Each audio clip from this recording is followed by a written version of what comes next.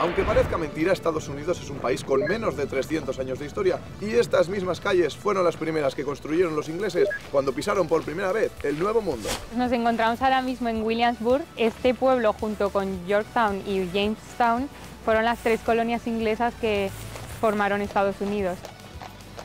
Norfolk es todo un referente militar y es que aquí se encuentra uno de los 2 mandos estratégicos de la OTAN más grandes del mundo.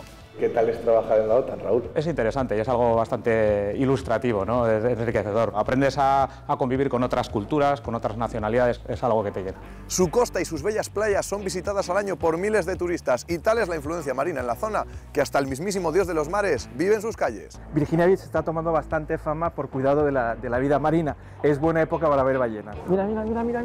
Y hay una, ¿ves? Que ha respirado. Desde aquí no se aprecia, pesan como 30 toneladas y 15 metros. ¡Wow! ¡Qué bonita! ¡Ole!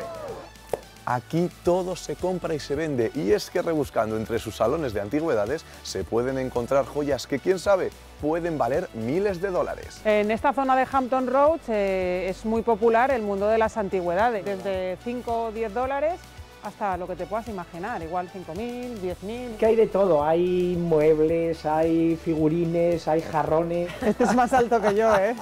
No se muevan porque a ritmo de country americano les ofrecemos un programa para quitarse el sombrero. Bienvenidos a Aragoneses por el Mundo, bienvenidos a Virginia.